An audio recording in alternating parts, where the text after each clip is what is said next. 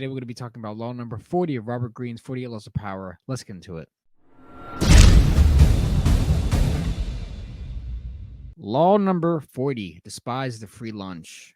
What is offered for free is dangerous. If it usually involves either a trick or a hidden obligation, what has worth is worth paying for. By paying your own way, you stay clear of gratitude, guilt, and deceit. It is also wise to pay the full price. There are no cutting corners with excellence. Be lavish with your money and keep it circulating, for generosity is a sign of a magnet for power. So, like, a lot of people basically are always trying to be cheap with their money and always looking for free stuff and discounts and stuff like that. For example, even like when I have a friend who has his own business, I'm not going to ask for a discount of, maybe he'll offer it to me still, but still I wouldn't want to even take it. Yeah, you wouldn't search for it. If my friend has a business, I'll pay full price because I want to support my friend and I don't want to be a cheap ass to a friend, and he'll know that I'm also a good friend by paying full price and supporting what he's trying to do. That's just being a good friend. But basically, everybody wants to take the easy way out. They don't want to pay full price for things naturally, especially in today's horrible economy, especially in New Jersey, right? People want anything for free. But what people don't realize that usually companies will offer you for things for like free or discount, or there'll be a catch or something. It'll be for a specific reason. Something shady is going on behind the scenes. There's a reason that people want to push discounts and stuff like that to get you to buy something. So you have to be very careful with what people are trying to do and why they're trying to get you to give you a discount on certain things. People can be very greedy and they try to take the easy way out, as I said before, and they try to, not pay the full price. But really, if you pay the full price for things and you work hard for what you pay for, because everyone wants to really not work for their money anymore. It seems people are getting lazier by the day and they don't want to, they don't want to actually do the work. They'd rather just try to get an easy way to get it in. And it doesn't really, and it makes you kind of look weak in a way, compared to, let's say you're going out to eat with a girl or something and she doesn't want to, and you want to split the bill because you're cheap, and that's just going to kill the attraction, you know what I mean? Compared to if you got to eat, you just, the check comes, you just put your card out, yeah, whatever, naturally, you just appear that guy. See how there's a big difference between being cheap and stuff. So really, you got to be very careful with how you manage your money. Of course, you just want to be careful how you spend it, and you want to invest in things that are worth investing in. Yeah, you want to use your money in a way that's strategic, in a way that is not only just that can benefit you, but can show other people that you have some sort of power.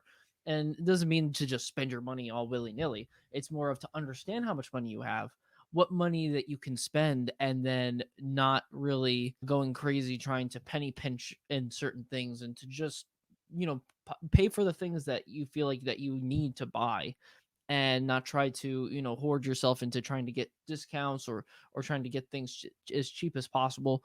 You want to use your money that you earn in a way that you can benefit from, and it's also in a way where you understand how much money you have, what money you can spend, having understanding how to budget money and all these things, to then know what money that you can just freely spend around to do whatever you need to do with. But anyway, of course, as in all of the laws of power, there is also a history lesson, and we're going to go into it right now. So this one is going to bring us back to the 18th century in England. The Duke and the Duchess of Marlborough. The Duke was a successful general. He had led a bunch of successful campaigns against the French, and the Duchess was a fan favorite with the Queen at the time. I think Queen Anne. This is like in the 1700s, and there was a battle in Belém. What did he say? Blenheim, I think. Blenheim. And the victory at Blenheim, the Queen gave the Duke and the Duchess this plot of land, this very big plot of land, to put a palace there for them. And so the Duke goes and tries to find an architect, and he finds this guy, John Vanbrugh, is an architect who he has like a Renaissance style. And so he created a layout of what he wanted the palace to look like, this beautiful big thing, so many different like types of architecture and landscaping and stuff like that. And so they go to work on the palace, and of course this construction of the palace was supposed to take anywhere between 8 to 10 years. And so a few years in, the Duchess becomes very consumed in trying to micromanage Vanbrugh and his team on creating the thing because she wanted to ensure the money that was being spent a specific way. And so, because he wanted to spend money on like specific trees and stuff like that, and she was like, "Don't do that." She was pretty much just getting all in his face and trying to put it in a specific way to make sure that the money was spent the way that they wanted it to, even though Vanborough had a specific way that he wanted everything to be laid out. And so there was always a big fight between them. She would always try to micromanage them. And this became such a big thing that it created a rift between the Queen, Queen Anne, and the Duchess. And it got to a point where the Queen ended up having to dismiss the Duchess from the court. And so with that, she lost her court royalty salary or whatever. So there wasn't a lot of money that was going back into the construction of this palace. And with that, the construction ended up taking a lot longer than 8 to 10 years. It became by the time it got to like 12 years or 13 years, it was still not complete. The Duchess was angry and she was even continuing to micromanage, got to the point where they were suing each other. She sued Vanborough and his team, and Vanborough and his team countersued the Duchess, dealing with wages and everything like that. And it got to the point where during all this turmoil, the Duke, who is the reason why this palace is being built in the first place, dies.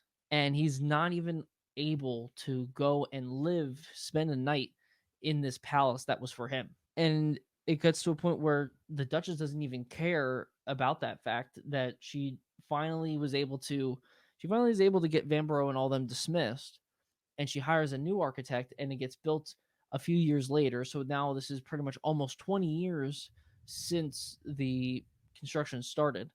Finally, it's built, and she doesn't let Vanborough into the palace at all. She pretty much locks him out of seeing what the palace looks like because the new architect pretty much went exactly with his plan and made it exactly how he wanted it. And Vanborough was not able to see what the palace looked like and then died not too long after that. So he never was able to step foot into the thing that he created, something that he thought up of, he drew out, he planned out. He was never able to see it. And that kind of sucks. And when you micromanage people and you try to move money in a specific way that starts to abuse others trying to use the money that you give them, it becomes a point where things start to happen in a negative way, not just to you but to people around you. Like example, the Vanborough couldn't see his palace. The Duke never able to even know what it looks like in the first place because he died way before it even was finished. Right. You also really just don't want to be cheap as well. Like when you go out, there's a whole tipping debate, which I don't even know why it's a debate. I don't get it. But when you go out, you really should tip actually a little bit more than is expected, because especially if it's like a place that you frequent, because the people are going to get to know you. Then when you walk in the room, they're all going to be like, oh my God, it's him. You know what I mean? Like it's going to be more, they're going to rush to come to you faster. So it'll be better service. Like, it's better to tip better than go through these social stigmas of being that guy when you walk in. It's like, oh, I don't want to deal with this guy. You want to be a powerful presence to be.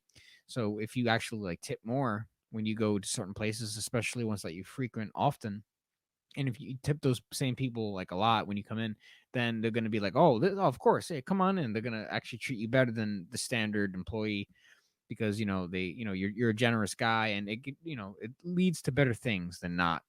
So really, you want to basically manage your money wisely, especially when dealing with people and power and different scenarios and contexts and environments. You want to be strategic with how you spend your money and how you use it, and you don't want people to use you for your money as well. You want to avoid people who you can sense that are just trying to get you for the bag, Yeah. which is very unfortunate. But Yeah. once again, that comes with awareness, and that comes with being in the real world and getting life experience, which I highly recommend. A lot of you guys are sitting inside way too much and need to go out and touch grass, so to speak. Right? So basically, you just want to be super aware with when it comes to money and people that you spend with and things that go on in that kind of dynamic. So, guys, let us know what you guys think in the comment section below. We want to hear your thoughts on it. Make sure you guys hit that like button on the video and subscribe to our channel if you have not already, and if you want to hear more thoughts. And we're going to see you guys in the next video.